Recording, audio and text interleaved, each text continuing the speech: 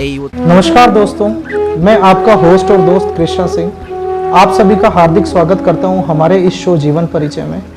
दोस्तों, जीवन परिचय एक ऐसा मंच जिसमें हम आपको रूबरू कराते हैं हमारे समाज के ऐसे कुछ सम्माननीय और प्रतिष्ठित हस्तियों से और लोगों से जो कि हमारे समाज में कई तरीके के कार्य से अपने आप का स्वरूप बनाते हैं और समाज की सेवा करते हैं।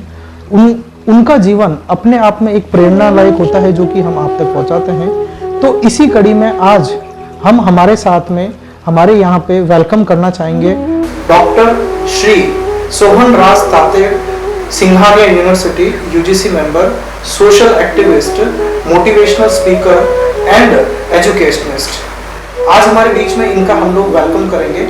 नमस्कार सर, वेलकम। कृष्णा सिंह जी, मेरे इंजीनियर बंधु, बेसिकली मैं भी इंजीनियर हूँ, तो आपका बहुत बहुत धन्यवाद कि आप समाज में नव चेतना लाने के लिए जो कार्य कर रहे हैं ये सराहनीय है, वंदनीय है, स्तुत्य, प्रशंसनीय है।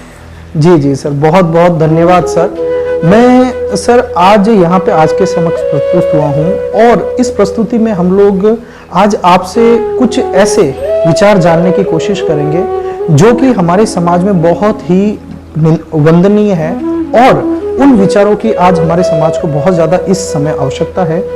सर, जो हमारा समाज है जिसमें सबसे अहम जो शिक्षा है, हम उसके बारे में कुछ शब्द आपसे जानना चाहेंगे कि ये जो शिक्षा है ये क्या है और हमारे समाज के लिए क्यों आवश्यक है। मान्यवर, शिक्षा का मैं शिक्षाविद हूँ और लगभग 15-20 वर्ष से शिक्षा का ही कार्य कर रहा हूँ।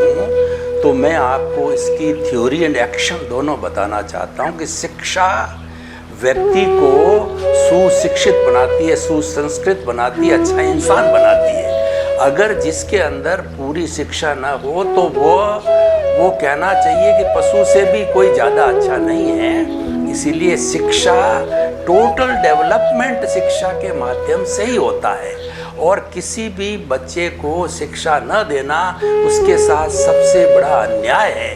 क्योंकि आज ये ग्लोबलाइजेशन, प्राइवेटाइजेशन, लिबरलाइजेशन के युग में शिक्षा ही एक ऐसी प्रणाली है जिसके माध्यम से कोई भी व्यक्ति जो है काम कर सकता है और शिक्षित न हो तो कुछ काम कर ही नहीं पाएगा। तो पूर्व समय से अब के बीच के अंदर शिक्षा का महत्व तो बहुत ज़्यादा बढ़ गया है। शिक्षा हर व्यक्ति को दी जानी चाहिए और नहीं दी जाती है तो ये उसके साथ बहुत बड़ा अन्याय है। जो भी उसके अभिभावक है, माता है, पिता है, वो न देते हैं तो मैं तो बहुत कठोर शब्दों में कहूँगा कि वो उनके शत्रु हैं। इसका अर्थ ये शिक्षा है हमारे जीवन का ओवरऑल डेवलपमेंट करती है, हमारा मॉरल डेवलपमेंट करता है, हमारी स्पिरिचुअल डेवलपमेंट करता है, हमारी समझ को करता है और हमारी जो डे टू डे लाइफ है, जो दिनचर्या है, उसको जीने के लिए शिक्षा चाहिए। आज जीवन का ऐसा कोई फील्ड नहीं है जिसके अंदर अशिक्षित व्यक्ति अच्छी तरह से कार्य कर सके। वो बेचारा आइसोलेटेड रह करके, मजबूर होकर के, आदिवासी के रूप में कहिए, किसी रूप में कहिए, एकांत में ठीक अपना टाइम पास करेगा, जीवन पास करेगा तो इस दुनिया के अंदर जीना है। मैं बहुत गहरी बात कह रहा हूँ, जीना है, डेवलपमेंट करना है, दुनिया का नंबर 1 बनना है, अच्छा इंसान बनना है, अपने सारे एम्बिशंस पूरे करने हैं, उस व्यक्ति को शिक्षा जरूर ली जानी चाहिए। और मैं तो खास तौर से अभिभावकों को, क्यों बच्चा बेचारा जानता नहीं है, अभिभावकों को चाहे उन्हें कितना ही बड़ा त्याग करना पड़े तो उसको शिक्षा दी ही जानी चाहिए। मैं ही शब्द इसलिए यूज कर रहा हूँ, यह नहीं है अगर शिक्षा, इसका मतलब जीवन यूजलेस, जीवन अधूरा हो जाएगा और जीवन में एक बहुत बड़ी कमी होगी।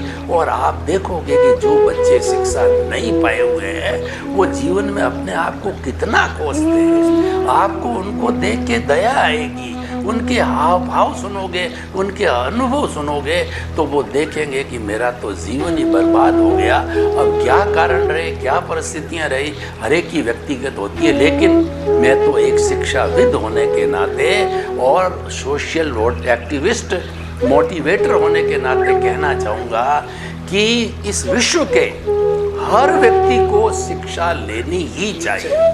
जी जी सर। तो जैसे हमारे दर्शकों के सामने आज सर ने ये बोला कि शिक्षा हमारे जीवन के लिए सर्वोपरि है, एक बहुत ही अहम हिस्सा है हमारे शिक्षा का, बिना शिक्षा के हमारा जीवन व्यर्थ है। तो अब शिक्षा है और शिक्षा का जो स्वरूप है समय के साथ में सर कैसे चेंज हुआ, जो शिक्षा है प्राचीन समय में और आज जो मॉडर्न टाइम है, इन दोनों में वर्तमान में आज शिक्षा के स्वरूप में किस प्रकार परिवर्तन आया सर? शिक्षा का स्वरूप पुराना और नया बिल्कुल बदल गया और वो बदलेगा, क्योंकि समय के साथ हर चीज बदलती है, लेकिन हमें अच्छी चीज को छोड़ना नहीं है। तो मैं न तो वर्तमान की शिक्षा को ब्लेम देता हूँ और न कोई पुरानी शिक्षा को बहुत अधिक बात बता के बड़ा चढ़ा कहता हूँ। गुरुकुल शिक्षा प्रणाली एक आइडियल शिक्षा प्रणाली थी और उस समय में वो सही थी। और सबसे बड़ा जो प्लस पॉइंट गुरुकुल शिक्षा प्रणाली का है भावनात्मक विकास। 25 वर्ष की उम्र तक गुरु के आश्रम में रह करके वह इतनी लाइफ की वैल्यू समझता था कि जब 26 साल से 50 साल तक जो ग्रस्त जीवन में रहता था वो वैल्यू कभी नहीं भूलता था और किसी भी सूरत में वो गलत इंसान नहीं बनता, क्योंकि वहाँ पर जो गुरु शिक्षा के साथ साथ में उनको जीवन के मूल्य देता, शिक्षा के मूल्य देता और ग्रस्त जीवन में जीने के मूल्य देता, परस्पर को जीवनांत का मूल्य देता कि हमारा जीवन रिलेटिव है, जियो और जीने दे का मूल्य देता कि मैं भी जीऊं, मेरा साथी भी जिए, हर प्राणी जिए, साथी और के मनुष्य नहीं, इस पूरी सृष्टि का हर प्राणी भी जिए, उसको जीने का अधिकार। ऐसे मूल्य दिए जाते थे कि वो ग्रस्त जीवन बाद के वानप्रस्थ जीवन और संन्यास जीवन में कहीं नहीं अटकता था। क्यों? कि बचपन के जो संस्कार होते हैं सुंदर लेकिन आज समय बदला, मॉडर्न एजुकेशन आई, बहुत अच्छी बात है और मॉडर्न एजुकेशन समय के अनुकूल सही है, लेकिन सबसे बड़ा माइनस पॉइंट ये है कि जो भावनात्मक विकास वहाँ था, इमोशनल कॉन्सेंट की मैं बात कर रहा हूँ। भावनात्मक विकास का अर्थ होता है कि जीवन में विनय की वैल्यू आनी चाहिए, जीवन के अंदर अच्छे अच्छे गुण आने चाहिए। तो जो वैल्यूज का जीवन था, यानी हमारी जो शिक्षा है केवल विद्वान बनाती है, केवल जो इंटेलेक्चुअल बनाता है, पुरानी शिक्षा जो है इंट्यूशनल बनाता है। तो देखिए कितना बड़ा रात दिन का डिफरेंस है।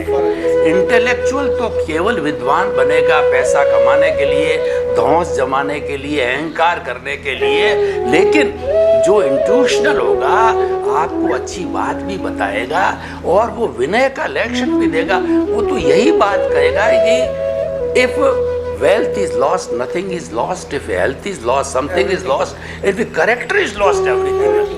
पुरानी के अंदर करेक्टर पर जोर था और आजकल सिर्फ जो है इंटेलेक्चुअल पर जोर, डिग्रियां देना। और वो आज समाज में हो क्या रहा है, बहुत पढ़े लिखे युवक युवतियां बड़ी बड़ी डिग्रियां PhD और उसके ऊपर डिलीट वगैरह लिए हुए होते हैं, लेकिन विनय की बात वो तो एकदम खजूर के पेड़ की तरह है। विनय कहाँ है? अरे माँ बाप के साथ कैसा संस्कार होना चाहिए, पति पत्नी के साथ कैसा संस्कार होना चाहिए, छोटे बड़े भाई के साथ कैसा व्यवहार होना चाहिए, अपने जो वर्किंग प्लेस है उसमें अपने लोगों के साथ क्या, वो पार्ट बहुत मिसिंग है, सबसे बड़ा डिफरेंस। लेकिन हमारे नरेंद्र मोदी जी को मैं धन्यवाद देना चाहूँगा। उन्होंने जो नई शिक्षा नीति, मैं भी UGC का मेंबर होने के नाते बराबर उससे जुड़ा हुआ हूँ, उन्होंने बड़े ही द्रवित होकर के गुरुकुल शिक्षा प्रणाली को ऐड किया है इसके अंदर और एक अच्छी नई शिक्षा नीति बन चुकी है, शीघ्र आने वाली है कि भाई पढ़े व्यक्ति लेकिन पढ़ने के साथ श्रमशील बने, सहनशील बने, विनयशील बने, गुणवान बने, समाज का भला करना वाला बने, समाज को तोड़ने वाला नहीं बने। पढ़ा लिखा व्यक्ति जो कम पढ़े लिखे लोग हैं उनका एक गाइड बने, उनका एक साथी बने, उनका एक दोस्त बने, जो स्वयं आज हमारे योगी पुरुष नरेंद्र मोदी जी बने हुए हैं। वो एक जब बैठ जाते हैं ऑटोमेटिकली उसकी प्रेजेंस एक लेसन हो जाता है। तो हमको बड़ा गौरव है उनके ऊपर, आज बड़ा गर्व है। और जो नया सिस्टम आएगा मुझे लगता है, क्योंकि शुभ भविष्य हमारे सामने, नए सिस्टम में मिसिंग पार्ट भावनात्मक विकास, चरित्र का विकास, नैतिकता का विकास अवश्य ही जुड़ जाएगा। जी सर, बहुत बहुत ही अच्छी और एक सराहनीय बात हमारे दर्शकों के लिए कि दर्शकों, ये सर के जो आज शब्द है, उनमें जो शब्दों में जो बार बार जो शब्द आया है, अहंकार और संस्कार, जो शिक्षा के दो अहम हिस्से, और भावनात्मक विकास जो बच्चे का होना चाहिए, वो कहीं ना कहीं आज हमारी वर्तमान की शिक्षा में कहीं ना कहीं लुप्त है। उस पर हम सभी शिक्षाविदों को और सभी समाज के लोगों को, विद्यालयों को इस पे कार्य करना चाहिए। तो सर, आज हम यहाँ पे आपसे ये भी जानना चाहेंगे, जो आज का समय है, जो कि जहाँ पे कोरोना चल रहा है, तो इस कोरोना के चलते आज शिक्षा पे क्या प्रभाव पड़ा है या दुष्प्रभाव पड़ा है? बच्चों के लिए आज ऑनलाइन एजुकेशन या ऑफलाइन एजुकेशन में क्या सही है, तो हम लोग हमारे अभिभावकों को और विद्यालयों को आपके माध्यम से बताना चाहेंगे। देखिए, कोरोना काल आया वो हमारी मजबूरी थी। जो आज 100 वर्ष के लोग हैं, एक शताब्दी के बाद के अंदर ऐसी जो है महामारी आती है, तो वो जो शताब्दी जो जी रहे हैं लोग, वो कह रहे हैं कि हमारे जीवन में आनी थी। तो ये बहुत बड़ी महामारी मजबूरी है, जिसका विकल्प तो सिर्फ प्रकृति के हाथ में, हमारे हाथ में नहीं है। और उसको हमने बहुत अच्छी तरह से झेला। उस कोरोना पीरियड के अंदर जो ऑनलाइन हमारी कंसिस्टेंसी, हमारी शिक्षा है, उसके अंदर ऐसा न हो कि बच्चा न मानो वो साल भर चले या 1.5 साल चले, साल 1.5 साल से चली रही है। तो बच्चा तो 16 माह से, तो बच्चा तो कम से कम चाहे ऑनलाइन भी हो, उसके दिमाग में तो है कि मुझे पढ़ना है, ऑनलाइन से पढ़ाया जा रहा है, लेसन लिया जा रहा है। अब कम है ज़्यादा है वो बात अलग है, वो अपन और आगे बढ़ें, क्योंकि ये ऑनलाइन तो एक विकल्प है, ये परमानेंट सॉल्यूशन नहीं है। परमानेंट सॉल्यूशन की बात हम बाद में करेंगे। तो निश्चित तौर से जो विकल्प होता है और जो मजबूरी होती है, तो उसके तो नुकसान ही नुकसान है। क्योंकि मजबूरी में व्यक्ति हॉस्पिटल जाता है, मजबूरी में व्यक्ति कोई गलत काम कर देता है, मजबूरी के अंदर व्यक्ति कोई न कोई किसी से गांठ साठ कर लेता है। तो मजबूरी से एक्सेप्शन, तो ये सारा एक्सेप्शन हुआ है। तो ऑनलाइन भी एक एक्सेप्शन है। तो ऑनलाइन के ये तो कोई कह ही नहीं सकता कि फ़ायदे ही फ़ायदे हैं। कंपैरिजन हम बाद में बताएंगे, लेकिन विकल्प रूप में जितना हमने किया वो अच्छा रहा, कंसिस्टेंसी रही, कम से कम बच्चों के अंदर डिसिप्लिन तो आया। और सबसे बड़ी बात है, ऑनलाइन में करा करके जिस भी इसकी स्टैंडर्ड के बच्चे हैं ना, उनको 1 साल पीछे धकेला तो नहीं, न मालूम 1 साल में बच्चा कहाँ से कहाँ पहुँच जाता, भविष्य बताएगा। अजी 1 दिन का बहुत बड़ा डिफरेंस होता है, 1 सेकंड का डिफरेंस होता है। जो व्यक्ति ट्रेन जा रही है, ट्रेन छूट जाए 1 मिनट के डिफरेंस से, उससे पूछिए कि ट्रेन के टाइमिंग की, ट्रेन के मिसिंग की कितनी उसको तकलीफ हुई है। तो ये तकलीफ को हमने उसको रोका, ये बहुत बड़ा अच्छा स्टेप रहा। लेकिन इसको परमानेंट नहीं बनाना है, वो हम अगले जब बात करेंगे इसकी जो वायबिलिटी के बारे में, इसके जो है वो प्रासंगिकता के बारे में, तब और डिटेल बात करेंगे, इसके प्रोस एंड कॉन्स को देखेंगे। परंतु अभी इस प्रश्न के उत्तर में ये कहना चाह रहा हूँ, ये मजबूरी, ये विकल्प है, ये अल्टरनेटिव व्यवस्था जो की गई है। पर मैं इसके साथ में शिक्षाविद होने के साथ में कहना चाहूँगा कि इसको परमानेंट नहीं बनाना है। अगर स्थितियाँ सुधरी है तो इसको हमारी पूर्व की जो हमारी शिक्षा की व्यवस्था पे पुनः लौट के आना है। तो सर, इसमें आज बच्चों पे प्रभाव या दुष्प्रभाव जो है ऑनलाइन शिक्षा का क्या रहा सर?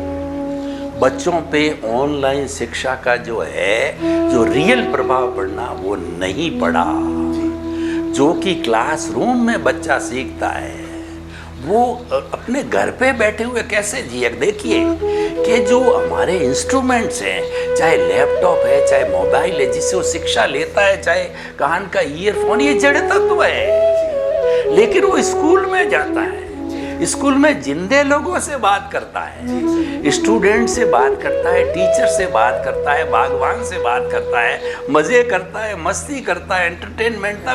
कितनी कितनी विधाएं जो इस हमारे दिमाग के लिए, शरीर के लिए, इमोशंस के लिए, स्पिरिचुअलिटी के लिए चाहिए, वो जड़ तत्वों से नहीं मिलती है, क्योंकि ये साधन है। आप डिफरेंस समझिए, आप मेरे से बात कर रहे हो तो मजा आ रहा है, और आप खाली मेरे से ऑनलाइन बात करते हो तो फॉर्मेलिटी थी वो, और वो मजबूरी में की जाती है। तो ये जो दुष्प्रभाव पड़ा है, उसका जितना मेंटल डेवलपमेंट होना चाहिए, जितनी उसमें खुशी आनी चाहिए, जितना उसको सीखना चाहिए अपने गुरु से, और जितना यार दोस्तों के साथ में मौज मजा मस्ती, वो कहाँ रही। हर एक चीज का अपना अपना, ये जो पढ़ाई है मात्र पढ़ने तक नहीं है, ये हमारी सारी फैकल्टीज डेवलप होनी चाहिए, हमारे भीतर प्रसन्नता के भाव आने चाहिए। और हम ये ऑनलाइन करते करते मूक रह करके हम खुद जड़ बन जाएंगे। बताइए, एक जड़ व्यक्ति, उससे क्या बात करो और उसमें क्या प्रसन्नता होती है? वो तो ठीक है, अपना टाइम पास कर रहा, अपनी ज़िंदगी जी रहा है, बहुत बड़ा दुष्प्रभाव पड़ा है, और इसके बहुत से दुष्प्रभाव है। लेकिन क्या है कि फायदे तो ऑनलाइन से कम हुए हैं कि बच्चे का हमने साल खराब नहीं किया, हमने वैकल्पिक व्यवस्था रखी, बच्चे को बिजी रखा, लेकिन दुष्प्रभाव के रूप के अंदर सारे जो मैंने बताए दुष्प्रभाव पड़े हैं। तो इसीलिए ये तो इससे कोई कंपैरिजन नहीं है, क्योंकि ये तो एक वैकल्पिक अल्टरनेट व्यवस्था है। रियलिटी होती है, ये तो एक डुप्लीकेशन वाली बात है। चलो हमने किसी न किसी से इसको मेंटेन रखा। जी सर जी। तो सर इस क्रम में मैं आपसे ये जानना चाहूँगा और मेरे दर्शकों को ये बताना चाहूँगा, शिक्षा एक ऐसी व्यवस्था जो समाज के विकास के लिए है। इसमें आज जो ये समय चल रहा है, इस समय में आज भारत में कुल 15 लाख से ज़्यादा स्कूलें, 24 लाख से ज़्यादा टीचर्स और करीब 26 करोड़ से ज़्यादा बच्चे जो कि है प्रभावित है। और इसमें अगर सरकारी आंकड़ा जोड़ दिया जाए तो जो बच्चों की है वो जो टीचर है वो है करीब 96 लाख है, और जो स्टूडेंट है करीब 26 करोड़ बच्चे हैं, और कई तो ऐसे हैं जिनके आंकड़े नहीं है तो हम उनको संभावित 30 करोड़ भी मान सकते हैं।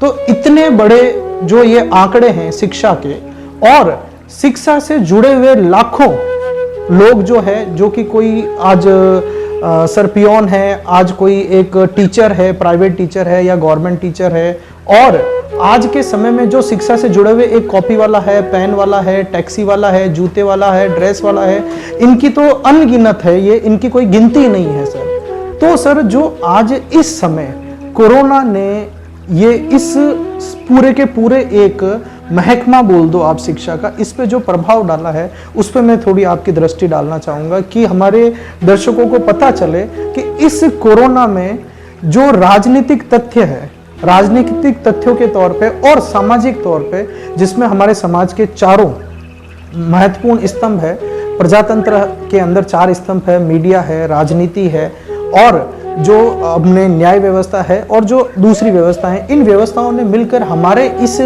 के लिए क्या किया या क्या नहीं किया, और क्या करना चाहिए हमारी गवर्नमेंट को इसके लिए। देखिए, आपका प्रश्न बहुत सुंदर है। आपने सेंट्रल के जो है वो सारे डेटाज दिए हैं, लेकिन हम हमारे दर्शकों को राजस्थान तक सीमित रखते हैं, क्योंकि सेंट्रल की बात करें तो बहुत विशाल हो जाएगा और हमारे प्रदेश के लोगों को उसकी रियलिटी का पता नहीं चलेगा कि हमारे प्रदेश में क्या होना चाहिए। तो मैं जो बात करूंगा प्रदेश के राजस्थान के लेवल पे करूंगा। राजस्थान में करीब स्कूली एजुकेशन के लगभग 25 लाख बच्चे जो है इस वक्त में शिक्षा में हैं, जो कि अभी ऑनलाइन पे ले रहे हैं, और पहले जो है जो क्लासरूम की शिक्षा ले रहे थे, ऑफलाइन ले रहे थे। तो अब आप देखिए कि अब कोरोना राजस्थान के अंदर ढीला पड़ा है।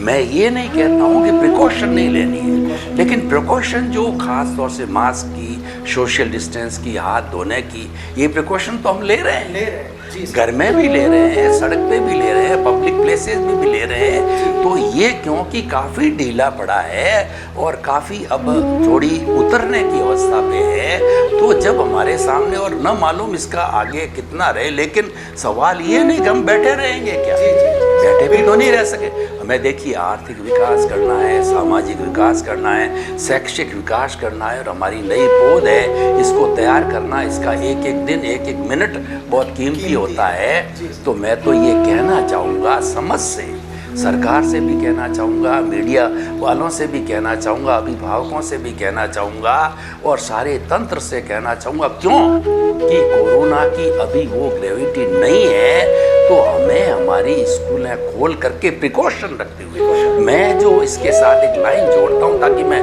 गलत ना हूँ, कि सारी सावधानियों को रखते, और बच्चे जानते हैं आजकल सावधानी हमारे जीवन का अभिन्न अंग बन गई।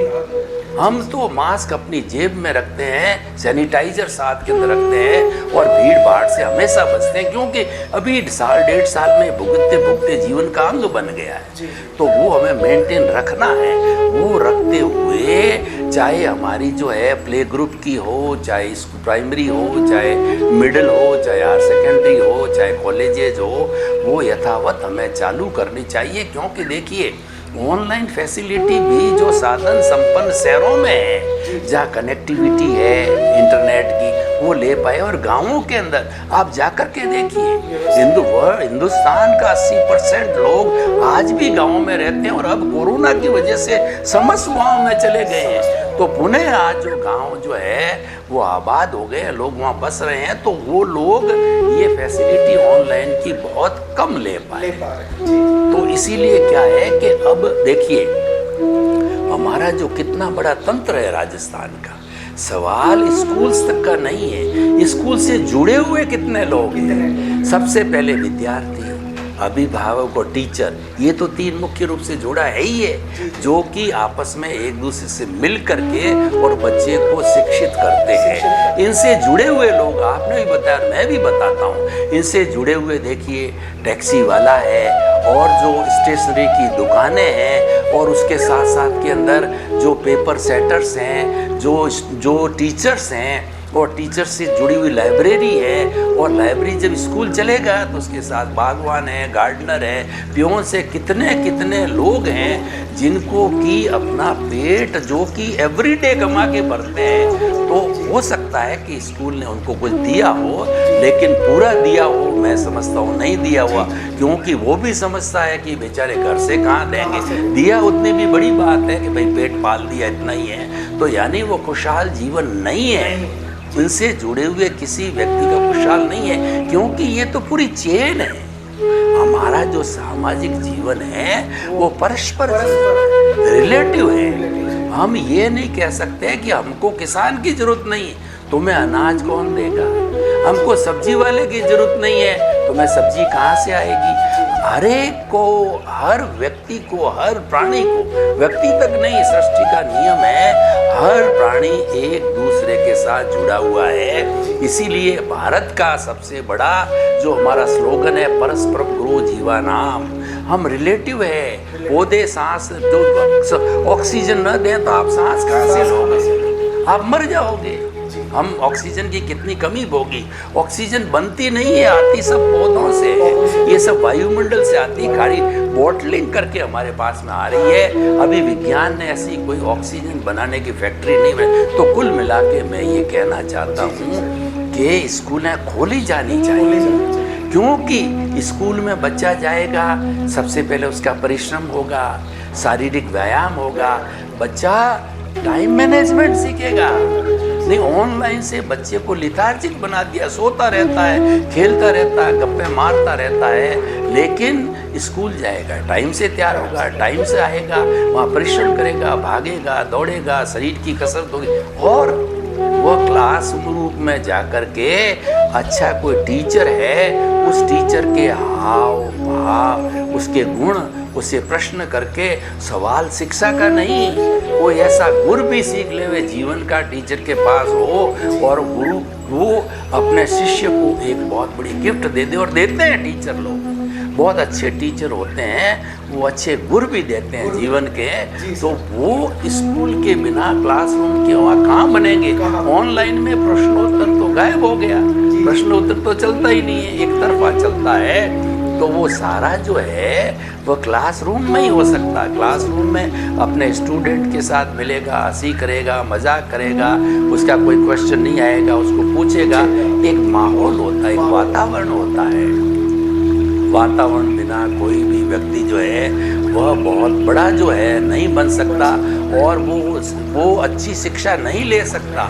अच्छी शिक्षा के लिए तो क्लासरूम में जाना ही होगा। इसीलिए हम आपको ये बताना चाहते हैं, स्कूलें खोली जानी चाहिए प्रिकॉशंस लेकर के, और हर हालत में खोली जानी चाहिए, ताकि हमारी इकोनॉमी भी वापस ठीक करना है। एजुकेशन को तो करना ही है, पर इसके साथ जुड़ी हुई जितनी इकोनॉमी है उसको भी सही करना, और बहुत बड़ी इकोनॉमी एजुकेशन के साथ है, क्योंकि बहुत बड़ा हिस्सा एजुकेशन के इसका है। जी जी सर। तो आज हमने जो डॉक्टर सोहन राज तातेड़ सर है, जो कि एक शिक्षाविद हैं और यूजीसी मेंबर भी है, और इन्होंने अपने जीवन में कई तरीके की अचीवमेंट ली है। ये एक सोशल मोटिवेटर भी है और जैन संस्कार प्रचारक भी है। तो आज हमने इनकी जो राय जानी है दर्शकों, इन्होंने बोला है कि स्कूल खोली जानी चाहिए, और क्यों खोली जानी चाहिए इसका कारण बताया है कि बच्चों की जो भावनात्मक विकास है, शारीरिक विकास है, और जो वैकल्पिक विकास है, जितने भी बच्चे के होने चाहिए, वो एक वातावरण में और शिक्षा की जो परंपरा है, गुरु शिक्षा की परंपरा के माध्यम से ही हो सकते हैं, और विद्यालयों के अंदर हो सकते हैं। अन्यथा बच्चा अगर सिर्फ ऑनलाइन पे रहा तो वो एक जड़ व्यक्ति बन जाएगा, एक पत्थर के समान बन जाएगा। उसकी भावनाओं का और समय का और इंसानियत की उसमें जो कमी होनी चाहिए और वो पूर्ति नहीं होगी। तो इसी आज संदर्भ में आज मैं हमारे सर को धन्यवाद देना चाहूँगा, और ये आज हमारे इस मंच पे पधारे, और इन्होंने हमारे दर्शकों को जो एक सराहनीय जानकारी है दी, उसके लिए सर मैं अपने दर्शकों की तरफ से आपका बहुत बहुत धन्यवाद देना चाहूँगा। और सर, हमारे जीवन परिचय पे आप जो आए, इसके लिए एक छोटा सा सम्मान हमारी तरफ से रहेगा। इसके लिए बहुत बहुत धन्यवाद सर। मैं आपसे अब विदा लेना चाहूँगा। आपके प्रति कृतज्ञता, और आपने मुझे समय दिया, आभार प्रदर्शित करता हूँ। जी जी, धन्यवाद सर, धन्यवाद सर।